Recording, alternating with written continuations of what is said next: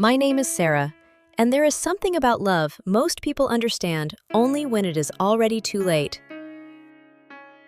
I didn't learn about love from movies or poetry.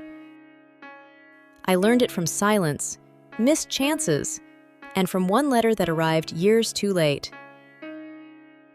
I grew up in a quiet neighborhood where everyone knew each other. Next door lived a boy named Ayaan. We were the same age. As children, we were inseparable. We walked to school together, laughed at small things, and argued about silly topics. But by the afternoon, we were always friends again. Back then, I never thought much about it. To me, Ayaan was simply part of life, like the old mango tree on our street or the evening call to prayer.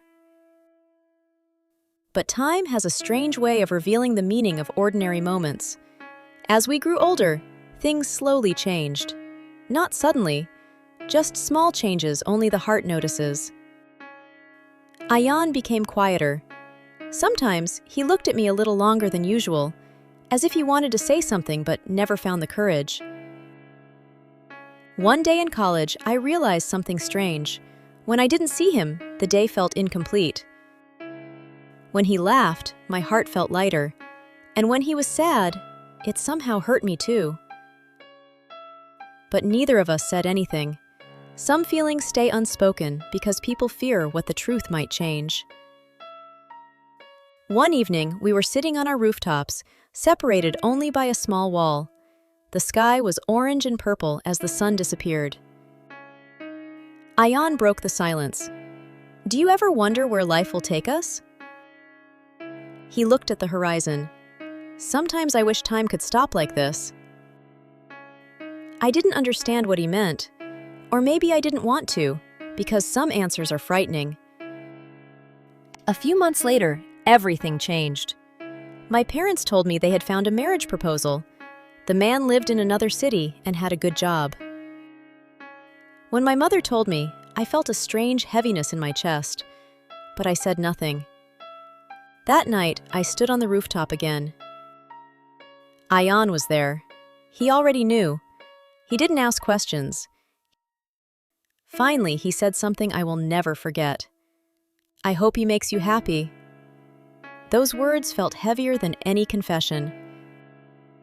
For a moment, I wanted to say something, anything, but the words never came. I simply nodded. That was our last real conversation. A few weeks later, I left the neighborhood as a bride. Years passed. I had children, life filled with responsibilities. But sometimes, the rooftop, the sunset, and the boy who once looked at me as if I meant the world to him returned to my mind. Then one rainy afternoon, 8 years later, I received a small envelope.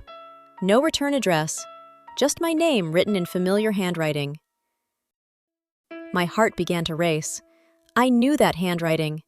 I opened the letter slowly. "Sarah, if you are reading this, it means I finally found the courage to send this letter. There were many things I wanted to tell you for years, but fear always stopped me. Fear of losing our friendship. Fear that you might not feel the same. But the truth is simple. I loved you. I loved you when we walked to school as children. I loved you during our college days. I loved you when we watched sunsets on the rooftop.